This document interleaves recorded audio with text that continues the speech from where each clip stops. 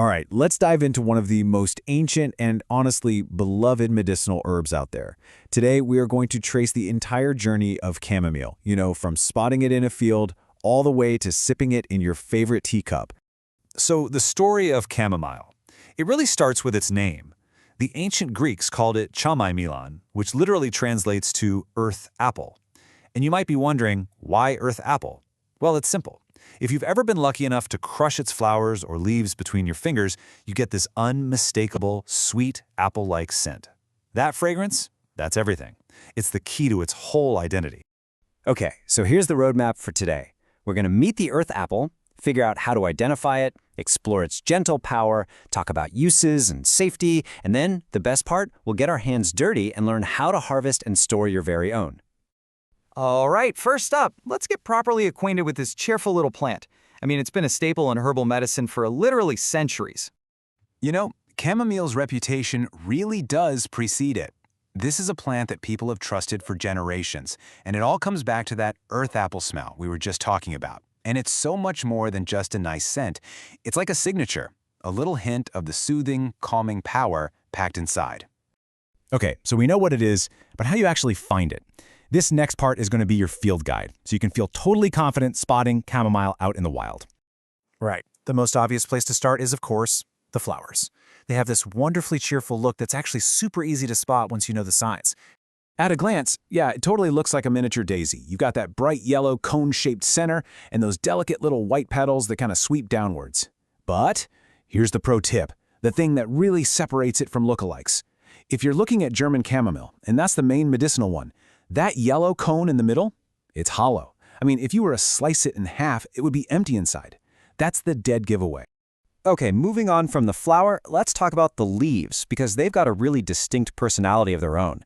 These are not your typical flat green leaves at all. The foliage is this beautiful, vibrant green, but what's really cool is how it's so finely cut up. It's all thread-like. It honestly looks more like a feather or a fern than a leaf. And from a distance, it gives the whole plant this soft, kind of fuzzy look. It's just as delicate as the flower itself. And there's one more major difference you need to know, and it's all about how the plant grows. German chamomile, the one we're mostly talking about, grows straight up. It can get up to 2 feet tall. Roman chamomile, though, that's a totally different story. It's a creeper. It spreads out along the ground like a carpet. So how it stands is just as important for identification as its flowers are. All right, so now we know how to find it, but let's get to the good stuff. Why would we want to? What's the secret sauce? What is this gentle power that's packed inside this tiny little flower? Well, people sometimes call it herbal aspirin, and for good reason. I mean, its most famous use, of course, is for sleep and relaxation, but it's also an absolute powerhouse for digestive relief, for calming an upset stomach. And we call it gentle because it works with your body. It doesn't just knock you out. It calms the nervous system, it soothes inflammation, helps with anxiety and stress, and there's even some evidence it can help support blood sugar levels. Pretty amazing, right? So how does it actually do that? How does it make you sleepy? Well, the magic ingredient, if you will, is a compound called apigenin. This is an antioxidant that literally latches onto specific receptors in your brain, kind of like a key fitting into a lock.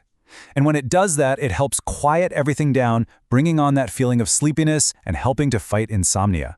So yeah, it's gentle, but it's backed by some very real science. Okay, so knowing all its benefits is one thing, but knowing how to use it safely and effectively is the other half of the puzzle. So let's get into some simple, practical ways to put chamomile to work. Okay, number one, the obvious one, tea. That's what everyone knows, but it's so much more versatile. You can use cool tea as a compress for things like sunburns or bug bites. You can do a steam inhalation with the flowers if you're feeling congested. You can even use it as a mouth rinse for sores. Or, get this, as a natural hair rinse to subtly lighten your hair. How cool is that? All right, now for a really, really important safety note. Please listen up. Chamomile is in the daisy family. So if you know you have allergies to things like ragweed, marigolds, or daisies, you've got to be careful. You could have a similar reaction, so definitely use it with caution. And there's one more thing on the safety front. Chamomile can have a mild blood-thinning effect. Now, it's not super strong, but if you're already taking any kind of anticoagulant medication, blood thinners, this is something you absolutely must talk to your doctor about before you start using chamomile regularly. Super important. Okay, now for what I think is the most satisfying part.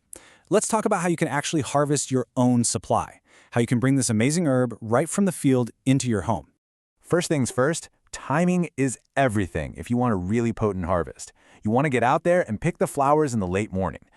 After all the dew has evaporated, but before the sun gets too hot. That specific window is when the essential oils in the plant are at their absolute peak. And the technique itself is so simple, it's beautiful. It's called the finger comb method.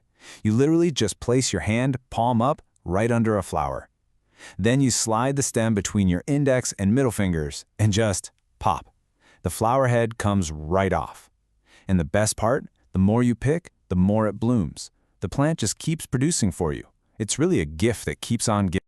All right, you've harvested all these beautiful flowers. Now we've got to make sure they last. Properly drying and storing them is the final, crucial step to turning them into a pantry staple. So you've got a few options for drying. The gentlest way is just to air dry them. Spread them out in a single layer on a screen, find a warm, dry spot, and just let them be for a week or two.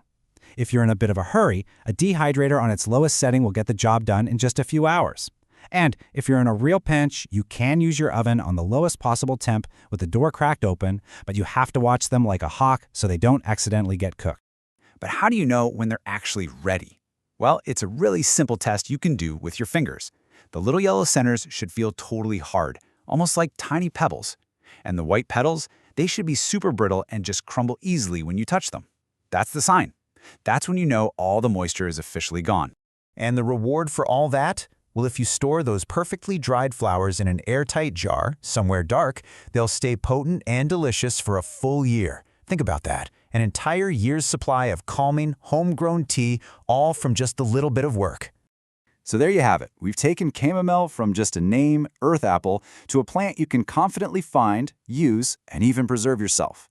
And knowing this stuff kind of empowers you, right? It makes you see the world around you a little differently. And it really makes you wonder, now that you have the skills to understand this one amazing plant, what other natural secrets are just waiting out there, hiding in plain sight, maybe even in your own backyard.